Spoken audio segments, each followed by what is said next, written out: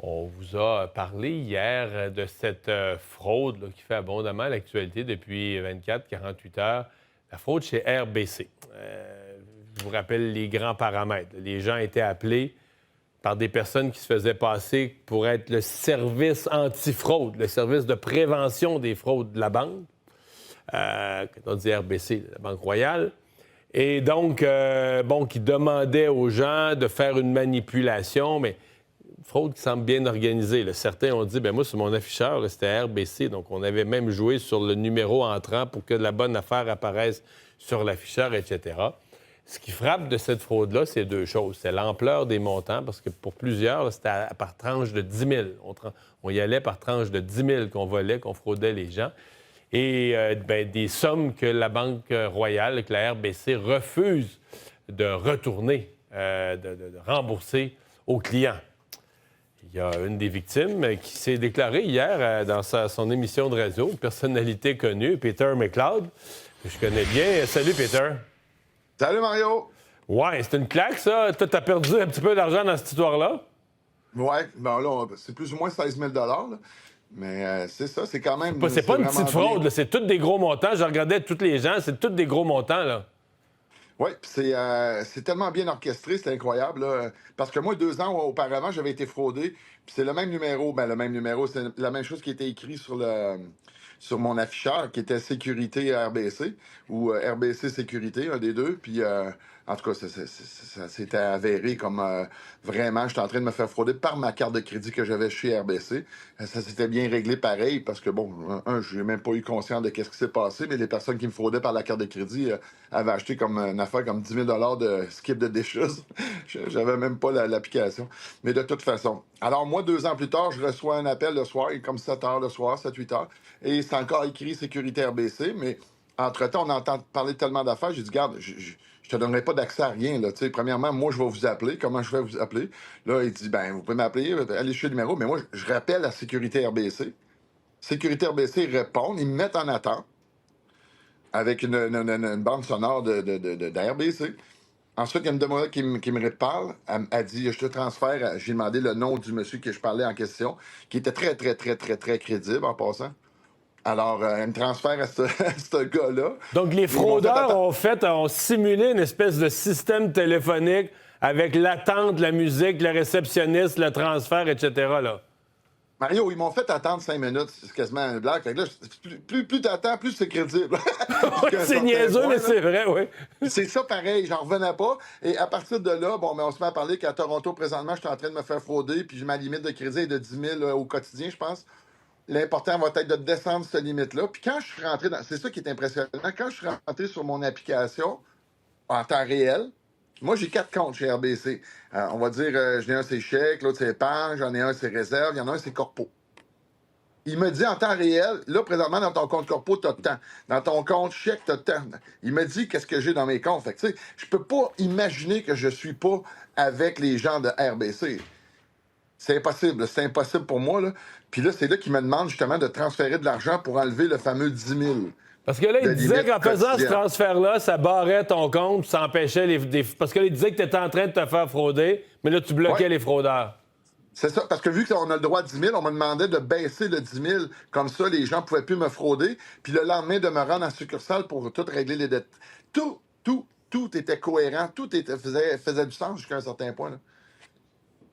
Mais finalement, tout ça, c'était des crosseurs, c'était des fraudeurs qui se faisaient passer pour les services de prévention de la fraude de la RBC. Comment tu t'en es rendu compte? Je vais aller plus loin que ça, Mario. 1 heure après, je reçois un appel encore de sécurité. C'est écrit la même affaire, Sécurité RBC, mais là, c'est les vrais.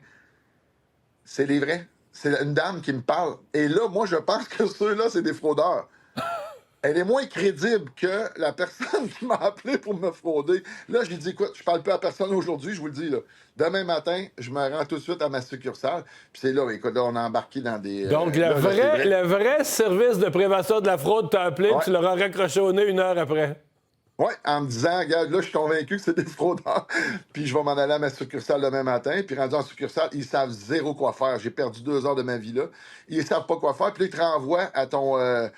exemple, mettons que tu sois avec Vidéotron, TELUS ou avec Bell. Ils vont t'envoyer avec qui tu as ton service téléphonique de cellulaire. Ils te renvoient ces gens-là en disant faut que tu fasses faire un reset parce que tu as été hacké par ton téléphone. Et ces gens-là en place, pour avoir parlé à beaucoup de gens, font écoute, ça n'a pas de sens que la banque nous envoie là. Ça n'a fait aucun sens.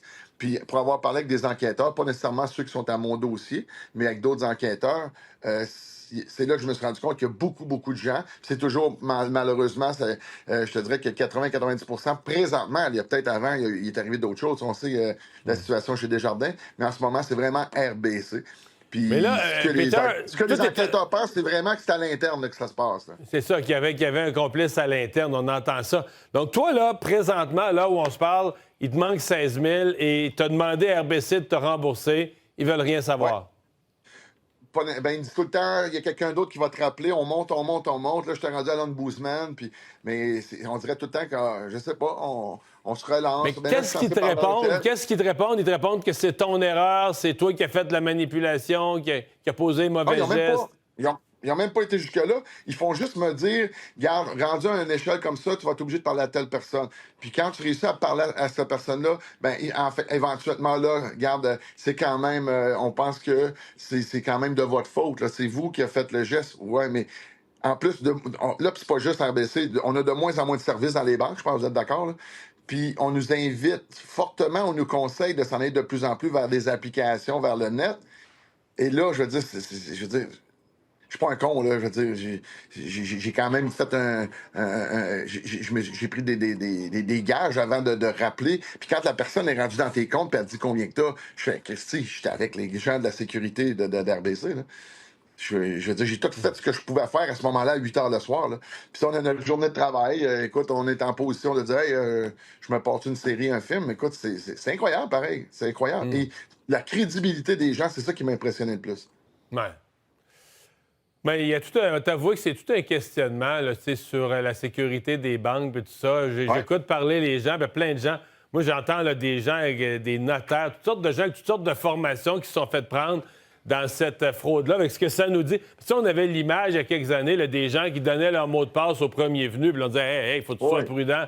C'est plus ça, la fraude. On est dans une fraude beaucoup plus pointue, évoluée. Donc, il va falloir que les banques s'adaptent. Je pense que je l'ai vu dans ton histoire, on est beaucoup mieux protégés par les cartes de crédit qu'avec nos vrais comptes de banque. Enfin, hey Peter, merci de nous avoir raconté ça en espérant que ça fasse bouger des choses. Puis comme j'ai dit hier, là, je pense que l'important, je veux dire, moi demain, je vais déjeuner puis je vais dîner quand même, là, mais il y a des gens que pour eux autres, c'est quand même grave. Tu sais, ça change, ça peut changer même leur vie, là, de leur manquer 2 000, 5 000 ou 10 000 Fait que j'avais entendu que les humoristes, vous étiez pauvres. Ouais, mais surtout, je fais plus d'humour, je suis plus drôle, Mario. Ah, t'es plus drôle, OK? C'est moi qui ai rendu drôle. Salut, Peter. Attention à toi. Bonne journée.